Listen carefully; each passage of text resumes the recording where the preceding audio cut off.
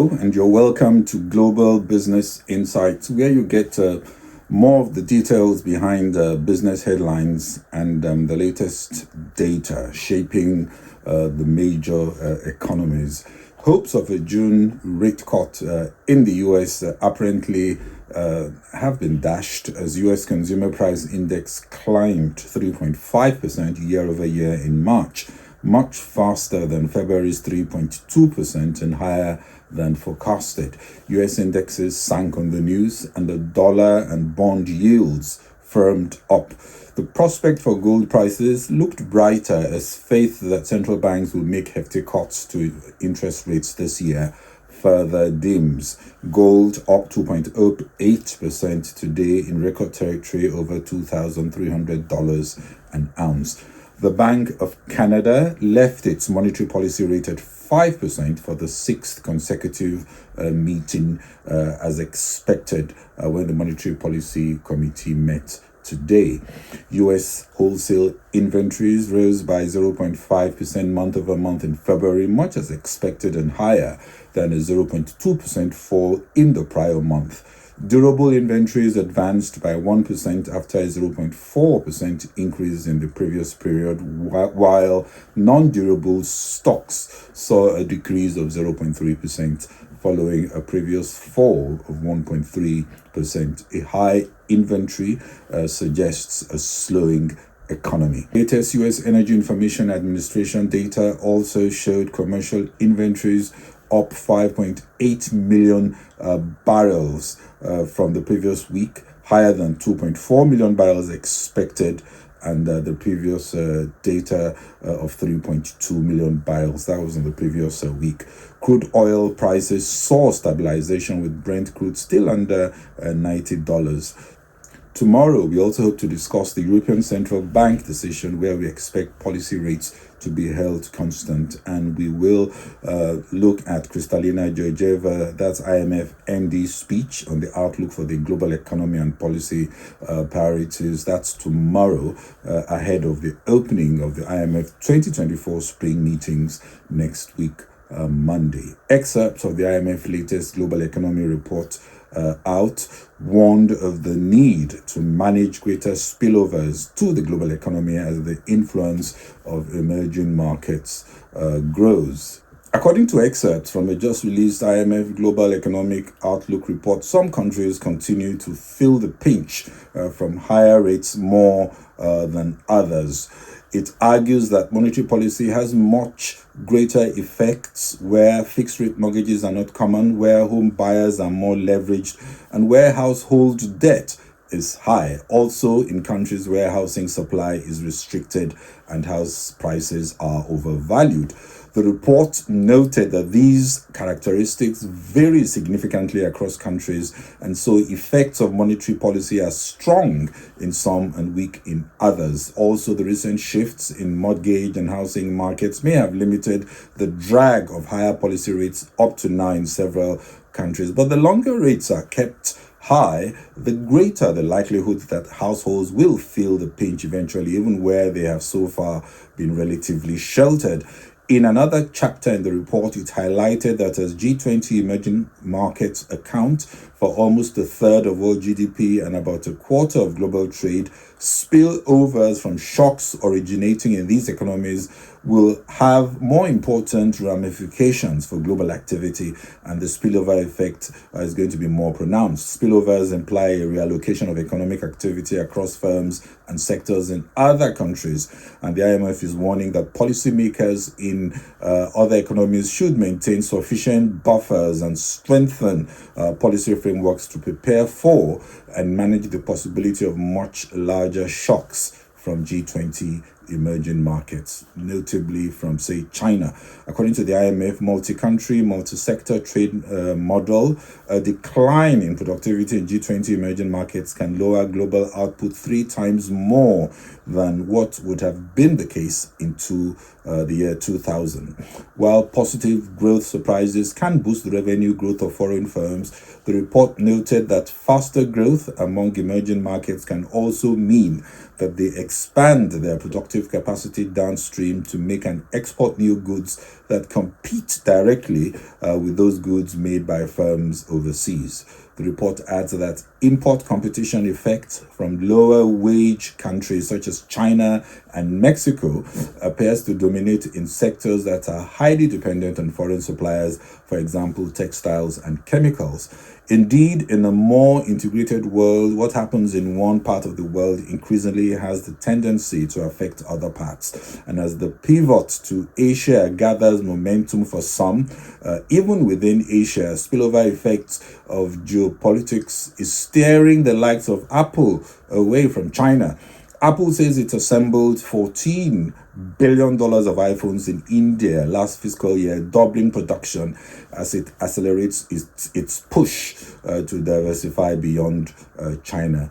Meanwhile, as the IMF 2024 spring meetings kick off next week, we will begin to hear more from Kristalina Georgieva. There's some takeaways coming from a speech from her tomorrow on the outlook and priorities. We'll also try and bring that to you. Also, if you look at ECB, there will be a decision tomorrow. It's expected to be quite straightforward, another policy hold. The expectation is that Christine Lagarde will reinforce the data-dependent approach to policy making, repeating that while a June cut cannot be ruled out, it's still too early to say for sure. In March, Euro area consumer price inflation fell to 2.4% year-on-year, matching November's 28-month low and lower than 2.6% forecasted. Elsewhere, we saw the Reserve Bank of New Zealand holding its benchmark interest rates at 5.5%, adding that it saw the need to retain its tighter policy to rein in inflation. Bets on imminent Federal Reserve rate cuts were off as U.S. inflation rose to 3.5% in March, beating expectations. Equities sank and U.S. bond yields rose as the data came out. Although the latest dot plot saw a mode of 3 rate cuts in 2024, comments after the last FOMC meeting already pointed to fewer cuts than earlier communicated. Shortly after the release of the CPI data, the chance of a 25 basis point cut by June sank from over 50% to 22%.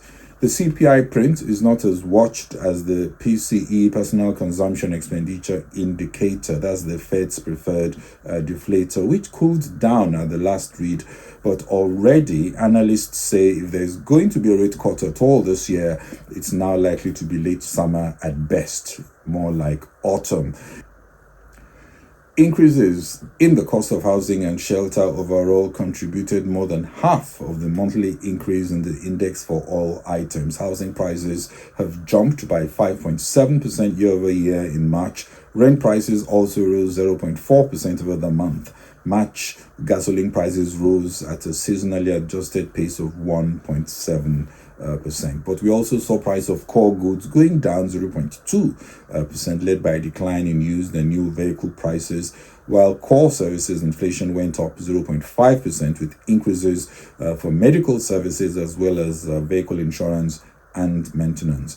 Even if we do see subsequent months showing cooling data, CPI data, more than enough doubt has been sown in Fed officials who, seeing a solid labor market and healthy conditions, are likely to opt to wait for more additional data to show movement back to 2%. The model projection amongst FOMC members is now likely to be at best 2 rate cuts in Q3 and Q4. 1 rate cut may almost be equally likely. And Delta Air shares jumped over 2% after it reported first quarter earnings beating analyst expectations. Delta Airlines also held on to its full year earnings guidance. EPS, that's earnings per share, came in at 45 cents per share, higher than 36 cents expected. Revenue at $12.56 billion was in line with what markets had forecasted.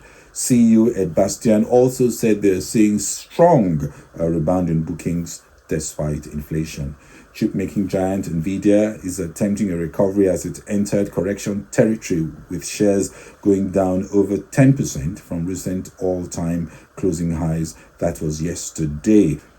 Also yesterday, rival Intel announced a new AI chip called Gaudi 3, which it claimed was twice as efficient as Nvidia's H100 GPU, the US chip giant's most advanced graphics card, and also claimed it runs AI models much faster than Nvidia's processing units. Analysts also point out that demand for Nvidia chips was being eroded by alternatives and larger buyers increasingly planning to be more reliant on making their own chips. That, of course, will hurt the outlook for Nvidia. Looking at Nvidia stock as we speak, it's up today, up 1.55%. It's about 16:30 GMT. European stocks are mostly positive as markets digested higher than expected US inflation data.